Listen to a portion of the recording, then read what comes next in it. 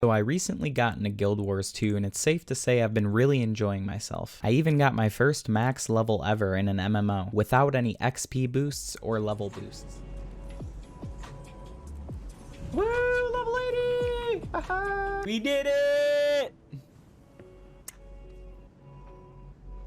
We did it! We did it! Aside from the scuffed audio, you can probably tell I was pretty happy. I'm gonna give you guys a brief rundown on why I think you guys should click and install the game right now for free. World bosses are. If you don't know what world bosses are, you should probably click the fuck off this video. Jokes aside, Guild Wars has 15 world bosses, 13 of which you can access before you even hit max level in the game. And you can fight 4 of them by the time you hit level 20. So a quick breakdown on strikes and fractals. Strikes are basically a really quick dungeon or a really quick jump puzzle with a boss at the end. And the harder strike you're doing, the harder the boss mechanics. And once you finish the strikes you want to do for the week, you go over to the emissary chest and you open it up for fat loot. Keep in mind, strikes can only be accessed after level 80 and you need the Path of Fire DLC to even access them in the first place. Fractals. The best thing I can do to explain these are basically a quick or long dungeon depending on the difficulty you select, with difficulty scaling based on level and gear. The more fractals you do, the higher level you get, the better ascended gear you get, etc. I feel the need to mention this here also, that you can only access fractals if you have the Heart of Thorns DLC, but you get access to the Heart of Thorns DLC after the purchase of Path of Fire. It is free.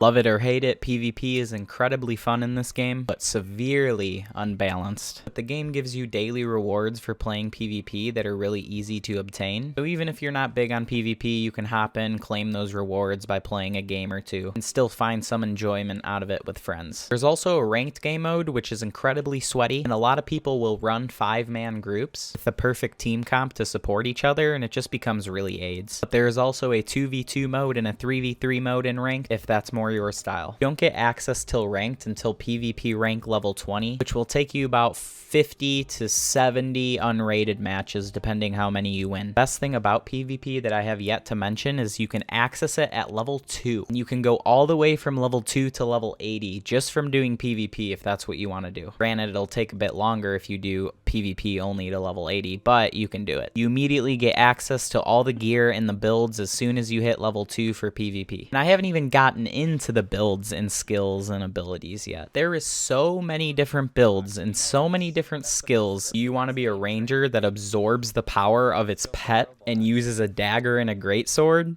Then go for it. You want to be the god of mischief himself and be nearly impossible to catch or kill? It makes other players want to bash their head in the fucking keyboard? Well, you can do that as well. Honestly, if I haven't sold you on this game yet, just go look at a class guide on this game. Look how many options you have. There is a play style for every single player, and there is near endless amounts of stuff to do in this game. From the smooth action combat to the vast explorable world with a lot of versatility, the awesome zones, NPC and armor designs, to the skill-based PvP, a decent backdrop and lore, a deep and engaging storyline, monetization that doesn't feel like you're being robbed, and this game honestly seems like it respects your time a lot more than most MMOs do. Don't even get me started on the cosmetics. Super fucking dope.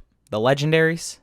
Even way fucking doper. So far, I've only shared in this video what I have experienced in Guild Wars so far, and there is much, much, much more than I can cover in this video. Or can I? Map completion, renowned hearts, points of interest, hero challenges, vistas, waypoints. PvE, story journal, dynamic events, world bosses, dungeons, fractals, strike missions, and raids. Crafting, recipes, materials, mystic forge, and legendary equipment. For the story, you got your personal story, which is the main story of the game, and then you got Heart of Thorns, Path of Fire, the Icebrood Saga, and End of Dragons, which is the 3rd expansion, which is coming soon, along with a Steam release. Now that I've covered about 10% of what the game offers, if you're still here, you're obviously interested. So what are you doing? Go click and download the game. And I hope to see you guys online. I'm also starting a guild for my Twitch viewers and YouTube subscribers, so if you guys want to join, drop your user ID in the description below and I will invite you to the guild. And yes, I know I didn't talk about World vs. World in this video. It's because I have yet to even play it or even learn it. Now, this is the end of the video. Thank God for you guys.